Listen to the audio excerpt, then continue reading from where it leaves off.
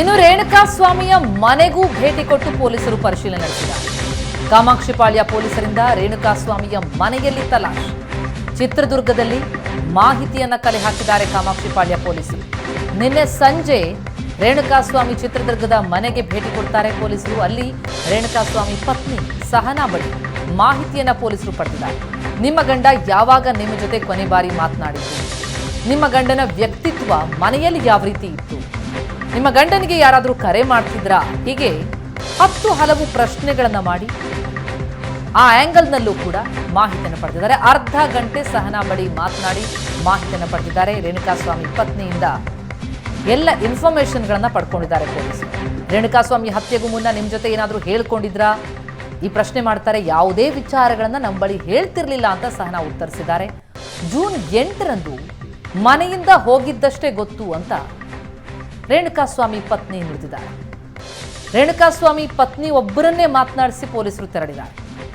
ಏನಾದರೂ ಪತ್ನಿ ಬಳಿ ಹೇಳ್ಕೊಂಡಿದ್ರಾ, ಮನೆಯಲ್ಲಿ ಅವರ ನಡವಳಿಕೆ ಹೇಗಿರ್ತಿತ್ತು, ಅವರ ವ್ಯಕ್ತಿತ್ವ ಯಾವ ರೀತಿ, ಯಾರಾದರೂ ಅವ್ರಿಗೆ ಕರೆ ಮಾಡಿದ್ರ ಬಗ್ಗೆ ಏನಾದರೂ ಪತ್ನಿಯ ಜೊತೆ ಮಾಹಿತಿಯನ್ನ ಹಂಚ್ಕೊಂಡಿದ್ರಾ, ಇದೆಲ್ಲ ವಿಚಾರಗಳಿಗೆ ಸಂಬಂಧಪಟ್ಟಂತೆ ನಿನ್ನೆ ಸಂಜೆ ರೇಣುಕಾಸ್ವಾಮಿ ಚಿತ್ರದುರ್ಗದ ನಿವಾಸಕ್ಕೆ ತೆರಳಿ ಅಲ್ಲಿ ರೇಣುಕಾಸ್ವಾಮಿ ಪತ್ನಿ ಸಹನಾರಿಂದ ಮಾಹಿತಿಯನ್ನ ಪಡ್ಕೊಂಡಿದ್ದಾರೆ.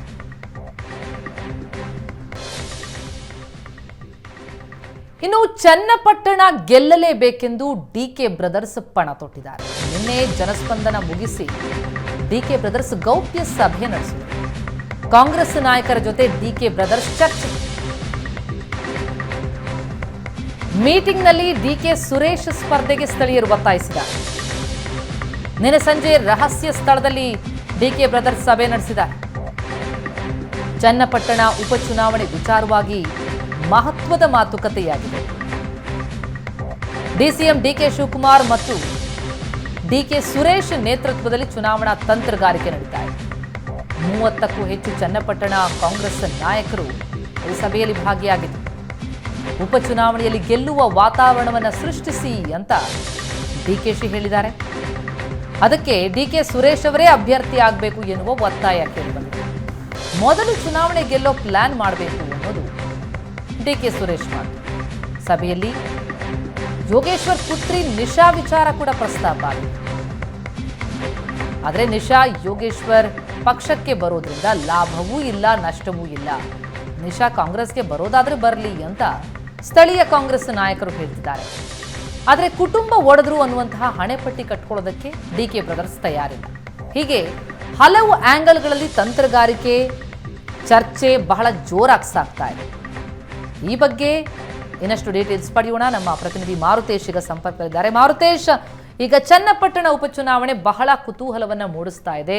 ಅದರಲ್ಲೂ ಪ್ರಮುಖವಾಗಿ ಡಿಕೆ ಸುರೇಶ್ ಅವರನ್ನ ಕಣಕ್ಕಿಳಿಸಬಹುದು ಅಥವಾ ಖುದ್ದು ಡಿಕೆ ಶಿವಕುಮಾರ್ ಅವರೇ ಕಣಕ್ಕಿಳಿಬಹುದು ಅನ್ನುವಂಥ ಚರ್ಚೆ ಜೋರಾಗಿರೋದ್ರಿಂದ ನಿನ್ನೆಯ ಸಭೆ ಎಷ್ಟು ಮಹತ್ವ ಪಡೆದುಕೊಳ್ಳುತ್ತೆ, ಏನ್ ಚರ್ಚೆಯಾಯಿತು, ಏನ್ ನಿರ್ಣಯಕ್ಕೆ ಬರ್ತಿದ್ದಾರೆ ಕಾಂಗ್ರೆಸ್ ನಾಯಕರು? ಪ್ರತಿಮಾ, ನಿನ್ನೆ ಜನಸ್ಪಂದನ ಕಾರ್ಯಕ್ರಮದಲ್ಲಿ ಡಿಸಿಎಂ ಡಿಕೆ ಶಿವಕುಮಾರ್ ಚನ್ನಪಟ್ಟಣದಲ್ಲಿ ಭಾಗಿಯಾಗಿ ಜನರ ಅಹವಾಲನ್ನು ಒಂದು ಕಡೆ ಕೇಳೋದ್ರ ಜೊತೆಗೆ ಚನ್ನಪಟ್ಟಣ ಉಪಚುನಾವಣೆಯ ಅಖಾಡವನ್ನು ಕೂಡ ಸಿದ್ಧಗೊಳಿಸ್ತಾ ಇದ್ದಾರೆ. ಇದರ ಜೊತೆಗೆ ನಿನ್ನೆ ಜನಸ್ಪಂದನ ಕಾರ್ಯಕ್ರಮ ಆದ ಮೇಲೂ ಕೂಡ ಚುನಾವಣೆಯ ತಂತ್ರಗಾರಿಕೆಯ ಭಾಗವಾಗಿ ಸಭೆ ಕೂಡ ಸೇರಲಾಯಿತು. ಸುಮಾರು 25-30 ಚನ್ನಪಟ್ಟಣ ಭಾಗದ ಕಾಂಗ್ರೆಸ್ ಮುಖಂಡರು ಈ ಸಭೆಯಲ್ಲಿ ಭಾಗಿಯಾಗಿದ್ರು. ಬಹಳ ಪ್ರಮುಖವಾಗಿ ಚನ್ನಪಟ್ಟಣದಲ್ಲಿ ಗೆಲ್ಲಲೇಬೇಕಾದಂಥ ಅನಿವಾರ್ಯತೆ ಡಿಕೆ ಶಿವಕುಮಾರ್ ಅವರಿಗೆ ಇದೆ. ಕಾರಣ ಲೋಕಸಭಾ ಚುನಾವಣೆಯಲ್ಲಿ ಡಿಕೆ ಶಿವಕುಮಾರ್ ಅವರ ಜೊತೆಗೆ ಒಕ್ಕಲಿಗರಿಲ್ಲ ಅನ್ನುವಂಥ ಅಭಿಪ್ರಾಯ ಬರೋ ರೀತಿ ಹಳೆ ಮೈಸೂರು ಭಾಗದಲ್ಲಿ ಫಲಿತಾಂಶ ಬಂದಿದೆ. ಜೊತೆಗೆ ಸ್ವತಃ ಅವರ ಸಹೋದರ ಡಿಕೆ ಸುರೇಶ್ ಕೂಡ ಬೆಂಗಳೂರು ಗ್ರಾಮಾಂತರ ಲೋಕಸಭಾ ಕ್ಷೇತ್ರದಲ್ಲಿ ಸೋತಿದ್ದಾರೆ.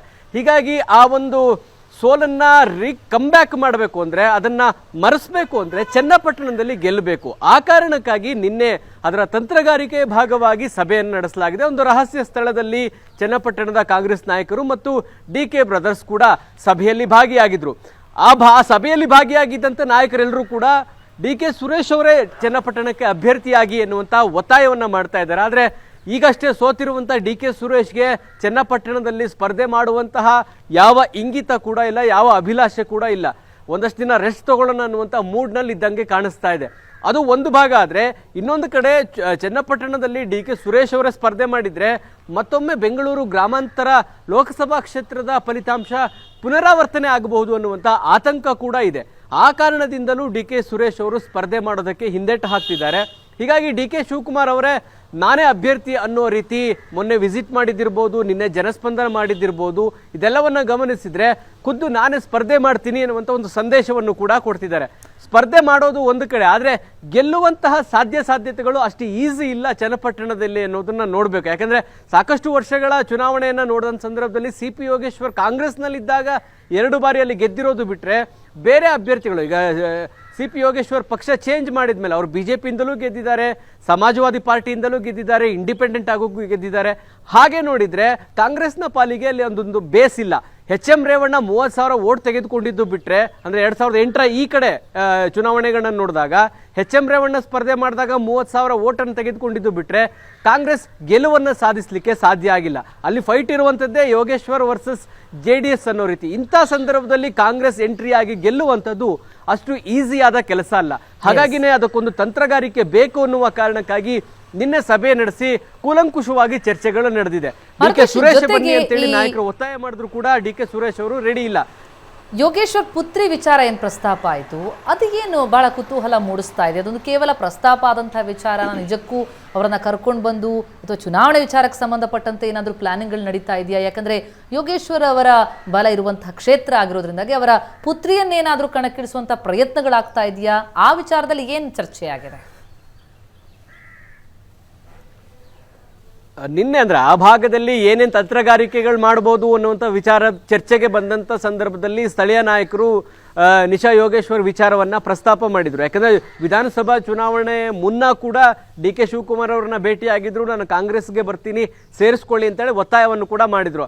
ಆದರೆ D K brothers Nisha Yogeshwar ಅವರನ್ನ ಕಾಂಗ್ರೆಸ್ಗೆ ಸೇರಿಸಿಕೊಳ್ಳುವಂಥ ವಿಚಾರಕ್ಕೆ ಸಂಬಂಧಪಟ್ಟಾಗೆ ಯಾವುದೇ ತೀರ್ಮಾನಗಳನ್ನು ತೆಗೆದುಕೊಂಡಿರಲಿಲ್ಲ.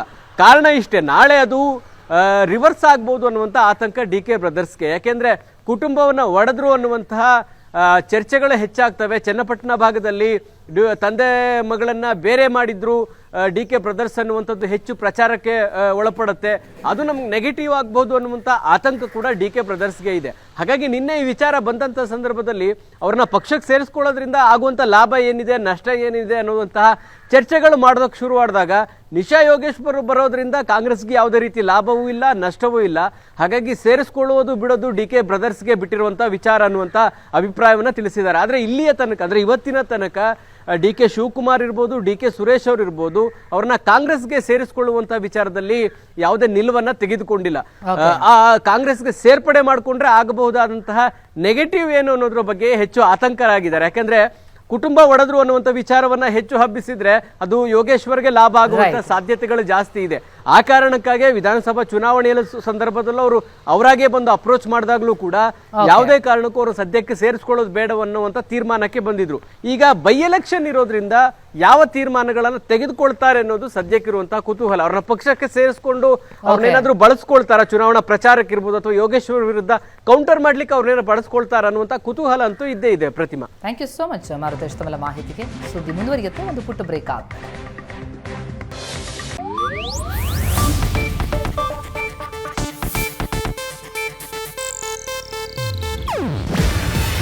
ಇದು ಏಷ್ಯಾನೆಟ್ ನ್ಯೂಸ್ ನೆಟ್ವರ್ಕ್ ಪ್ರಸ್ತುತಿ. ನೀವು ನೋಡ್ತಿದ್ದೀರಾ ಏಷ್ಯಾನೆಟ್ ಸುವರ್ಣ ನ್ಯೂಸ್.